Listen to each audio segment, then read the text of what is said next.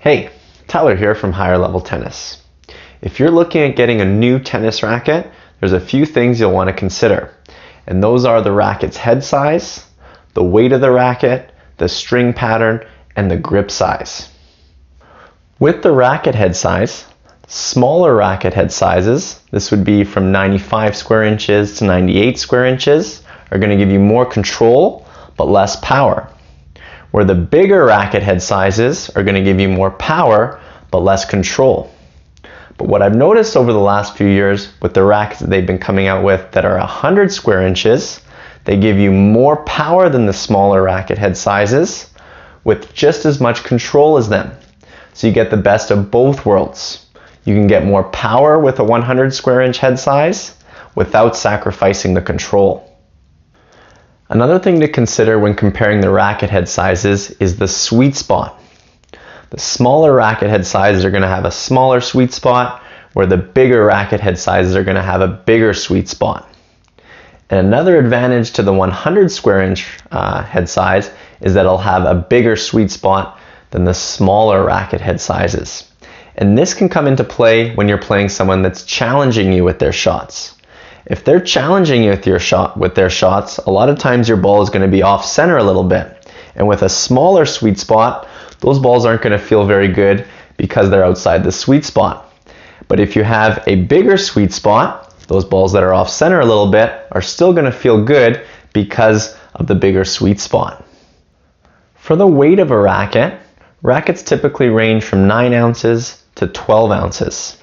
And the lighter a racket is, the more racket speed you can generate. And the more racket speed you can generate, the more topspin you can get. So if you play with topspin or are learning topspin, I would recommend getting a racket that's less than 11 ounces. The other thing to consider when comparing the weight of a racket is how maneuverable it is. And maneuverable just means how easy it is to make the racket do what you want it to do. So the lighter a racket is, the easier it is to make the racket do what you want it to do, whereas opposed to the heavier the racket is, the harder it is to make it do what you want it to do.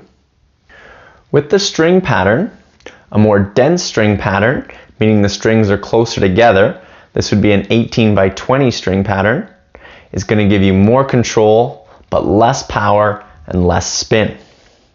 Where with an open string pattern, this would be a 16 by 18, that's going to give you more spin, more power, but less control. Now the interesting thing when comparing these two is that a more open string pattern is going to give you more spin. And the more spin you play with, the more control you can have with the ball. So with a more open string pattern, you can get the best of all three. You can get more power, more spin, and like we just said, more spin equals more control.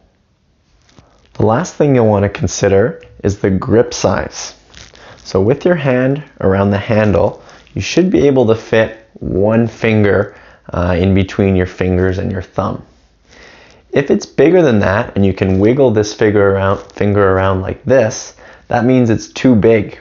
And with a grip that size, it can do a couple of things that are bad for you.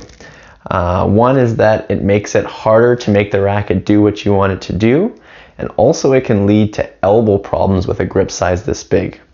So I would recommend a grip size where you can fit one finger, or even a little bit less than one finger is good as well.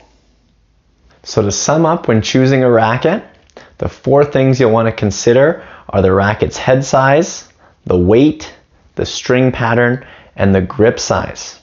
Now I strongly recommend, if you can, to go out and demo different rackets. That way you can compare them to each other and see which one feels the best for you.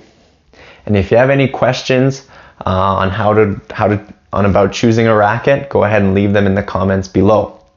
And if you haven't already, go ahead and subscribe. And if you like this video, go ahead and click the like button.